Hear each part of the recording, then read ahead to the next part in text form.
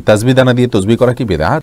Islamic দৃষ্টিতে কোনো ব্যাংকে টাকা ডিপোজিট রাখা জায়েজ কিনা? টি শার্ট পরে নামাজ হবে কিনা? লোন নিয়ে বাড়ি বানানো সম্পর্কে ইসলাম কি বলে? নামাজ শেষ করে শুয়ে শুয়ে সূরা মুলক বা সকাল সন্ধ্যার দোয়া বা জিকির করা যাবে কিনা? কবরবাসীকে সালাম দিলে তারা কি শুনেন এবং উত্তর দেন? নামাজের মধ্যে ইমামের পিছনে মুক্তাদির রুকু সিজদায় তাকবীর পাঠ করা কতটুকু গুরুত্বপূর্ণ?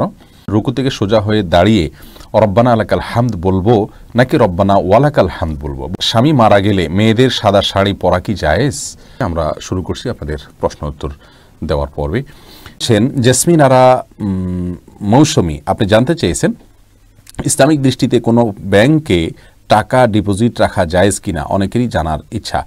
ইসলামী ব্যাংকে আপনি ইসলামী দৃষ্টিতে কোন ব্যাংকে টাকা ডিপোজিট রাখা? দেখুন, কোন ব্যাংকে রাখবেন সেটা আপনার ব্যাপার, তবে যে কোনো ইসলামী ব্যাংকে আপনাকে টাকা রাখতে হবে। সুদ ভিত্তিক যে সমস্ত কনভেনশনাল ব্যাংক আছে সেগুলোতে আপনি টাকা রাখবেন না, কারণ সেখানে রাখা মানে হলো সুদকে সহায়তা করা। আর ইসলামী ব্যাংকগুলো যতই তাদের ভুল ত্রুটি থাকুক না কেন, তারা সুদের বিরুদ্ধে ক্যাম্পেইন করেন, সুদ হারাম এই ধারণাকে তারা সমাজে প্রতিষ্ঠিত করার চেষ্টা করেন, যার কারণে আপনার পয়সা সেখানে দেওয়ার চেষ্টা করতে হবে ইনশাআল্লাহ বিইذনিল্লাহ। এমডি আশরাফুল ইসলাম জানতে চেয়েছেন টি শার্ট পরে নামাজ হবে কিনা? হ্যাঁ, নামাজ হয়ে যাবে, কিন্তু এরকম কোনো টি শার্ট পরে সালাত আদায় করা উচিত নয় যেটা সালাতের গাম্ভীর্যতার সাথে যায় না, অথবা আপনার এই টি শার্ট পরে আপনি কোথাও যান না ভালো কোথাও, এরকম যদি হয় তাহলে আপনার জন্য টি শার্ট পরে সালাত আদায় করা জায়েজ হবে না, অন্যথায় জায়েজ হবে। আল্লাহ তাআলা বলেছেন ইয়া আইয়ুহাল্লাযীনা আমানু খুযু যিনাতাকুম ইনদা কুল্লি মাসজিদ, হে ঈমানদাররা প্রত্যেক সালাতের সময় সুন্দর পোশাক পরিধান করো। অতএব আপনি যে পোশাকটা আপনার কাছে সুন্দর সম্ভ্রান্ত জায়গায় আপনি যান সাধারণত, বা সাধারণ পোশাক নয়, অপমানজনক পোশাক নয়, বা আপনার শোয়ার পোশাক নয়, বা এটা পরে আপনি কোথাও যেতে চান না, এরকম পোশাক যদি না হয় তাহলে সেক্ষেত্রে আপনার সালাত হয়ে যাবে, টি শার্টেও কোনো অসুবিধা নেই। হাসান মুন্না জানতে চেয়েছেন লোন নিয়ে বাড়ি বানানো সম্পর্কে ইসলাম কি বলে? ভাই হাসান মুন্না, লোন নিয়ে বাড়ি তো আপনি বানাতে পারেনি, কোনো অসুবিধা নাই, তবে আজকাল হাউস লোন যেগুলো আছে সেগুলো বেশিরভাগ ক্ষেত্রেই সুদভিত্তিক। মনে রাখবেন, সুদের কোনো কারবার কোনো মুসলমান করতে পারে না, এটা জঘন্য হারাম ইসলামী শরিয়ার দৃষ্টিকোণ থেকে। এই হারামের ভয়াবহতা, এর ক্ষতি দুনিয়াবি এবং পরকালীন আমরা হয়তো আঁচ করতে পারি না, কিন্তু আল্লাহ সুবহানাহু ওয়া তাআলা এটাকে হারাম রেখেছেন আমাদের উপকারের জন্য, আমাদের কল্যাণার্থে। বিধায় এটাকে হারাম হিসাবে মেনে নেওয়া, গ্রহণ করা, আল্লাহর সিদ্ধান্ত অনুযায়ী চলা, এটা মুমিনের কাজ। আর তা না হলে আল্লাহ সুবহানাহু ওয়া তাআলা কিন্তু ভয়াবহ যুদ্ধের ঘোষণা দিয়েছেন, এবং দুনিয়াতে আখেরাতে ধ্বংস নেমে আসবে হারামের সাথে সংশ্লিষ্ট রাখলে। প্রিয় ভাইরা আমার, আল্লাহ তাআলার হুকুম এবং নির্দেশকে মান্য করা, এটাই হলো একজন ইমানদারের, একজন মুসলমানের প্রধান কর্তব্য। বিধায় আপনি হাউস লোন নিতে গিয়ে যদি কোনো সুদের লোন নিতে হয়, সুদের কোনো কারবারে, সুদের কোনো চুক্তিতে জড়াতে হয়, তাহলে সেটা আপনার জন্য জায়েজ হবে না, সেটা আপনার জন্য গুনাহের কারণ হবে।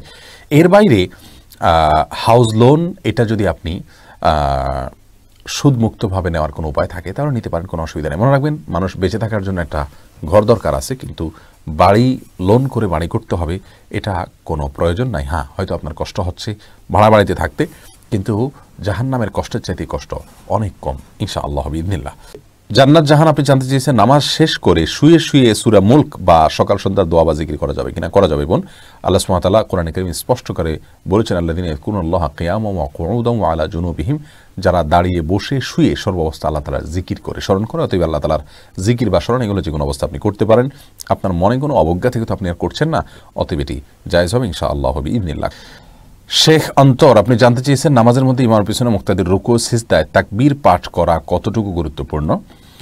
ইমামের পিছনে মুক্তাদির রুকু এবং সিজদায় তাকবীর পাঠ করা জরুরি, তবে তাকবীর পাঠ করা এটাকে উলামায়ে কেরাম, সৌদি আরব উলামায়ে কেরাম সহ মধ্যপ্রাচ্যের অনেক উলামায়ে কেরাম ওয়াজিব বলল, আমাদের উলামায়ে কেরাম এটাকে সুন্নাহ বলেন, যার কারণে কেউ যদি না করে সালাত হয়ে যাবে, কিন্তু ইমাম থাকা না থাকায় কোনো পার্থক্য পড়বে না, ফরক পড়বে না, বরং সর্বাবস্থা আমাদেরকে পড়তে হবে তাসবিহ, রুকুর তাসবিহ এবং সিজদার তাসবিহ। মঞ্জুরা পারভিন আপনি প্রশ্ন করেছেন রুকু থেকে সোজা হয়ে দাঁড়িয়ে রব্বানা আলাকাল হামদ বলবো নাকি রব্বানা ওয়ালাকাল হামদ বলবো?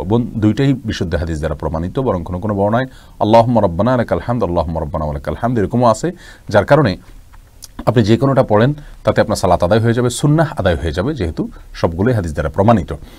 আর কাসরাতুল মাবানি তাদুল্লু আলা কাসরাতিল মাআনি, এই মূলনীতির আলোকে আপনি রব্বানা ওয়ালাকাল হামদ যদি পড়েন অথবা আল্লাহুম্মা রব্বানা ওয়ালাকাল হামদ যদি পড়েন তাহলে সেটা বেশি ভালো। নিউ কাটার এই আইডি থেকে প্রশ্ন করা হচ্ছে স্বামী মারা গেলে মেয়েদের সাদা শাড়ি পরা কি জায়েজ? মেয়েদের স্বামী মারা গেলে সাদা শাড়ি আর কালো শাড়ি এরকম কোনো কিছু পরার ক্ষেত্রে ইসলামী শরিয়াত কোনো নির্দেশনা দেয় না। ইসলামী শরিয়া বলে কোনো স্ত্রীলোক তার স্বামী যদি মারা যান তাহলে 4 মাস 10 দিন পর্যন্ত তিনি শোক পালন করবেন। আর শোক পালনের অংশ হিসাবে তিনি খুব বেশি সাজসজ্জা করবেন না, গহনাগাতি ইত্যাদি ব্যবহার করবেন না, স্বাভাবিকভাবে চলবেন। সাদাই পড়তে হবে এরকম কোনো কথা নেই।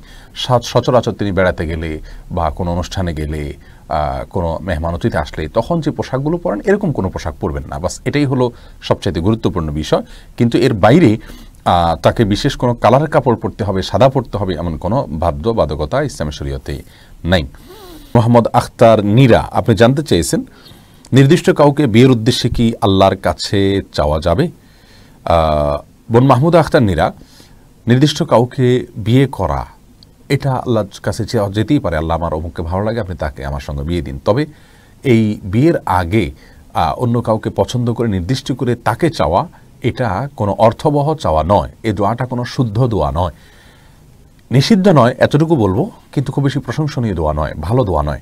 তার কারণ হলো আপনি যাকে চাচ্ছেন আপনি নির্দিষ্ট যদি করে নেন যে তাকে নিয়ে আপনি ঘর করবেন, তাহলে সেক্ষেত্রে তার ভালো হওয়া মন্দ হওয়ার দায়িত্ব কিন্তু আপনার উপরে। আর যদি আপনি বিষয়টিকে আল্লাহর উপরে ন্যস্ত করে দেন যে আল্লাহ আপনি আমার জন্য ভালো জীবন সঙ্গী দেন, আমার জন্য এমন একজন সঙ্গী দেন যার মাধ্যমে আমার সুখ শান্তি হবে, আমার দিন ভালো যাবে, তাহলে সেক্ষেত্রে বিষয়টি আল্লাহর উপর আপনি ন্যস্ত করলেন, সেটা হবে সবচেয়ে উত্তম এবং ভালো। এমডি শফিক আপনি জানতে চেয়েছেন তাসবিহ দানা দিয়ে তসবিহ করা কি বেদাত? ভাই শফিক, এটাকে আমরা বেদাত বলি না। অনেক ওলামা ইকরাম বেদাত বলেন। তারা বলে থাকেন যে বিভিন্ন হাদিসে আঙ্গুলের করে তাসবিহ গণার ফজিলত বা গুরুত্বারোপ এর বর্ণনা বা বিবরণ পরোক্ষভাবে বোঝা যায়। বিশেষ করে কিয়ামতের দিন এগুলো জ্বলজ্বল করে জ্বলতে থাকবে বা উজ্জ্বল আলো দিবে, এরকম বর্ণনা পাওয়া যায়। তো তাসবিহ দানা তো এই হাদিসকে অ্যাভয়েড করাই হয়, বিধায় এটাকে অনেকে বেদাত বলে থাকেন।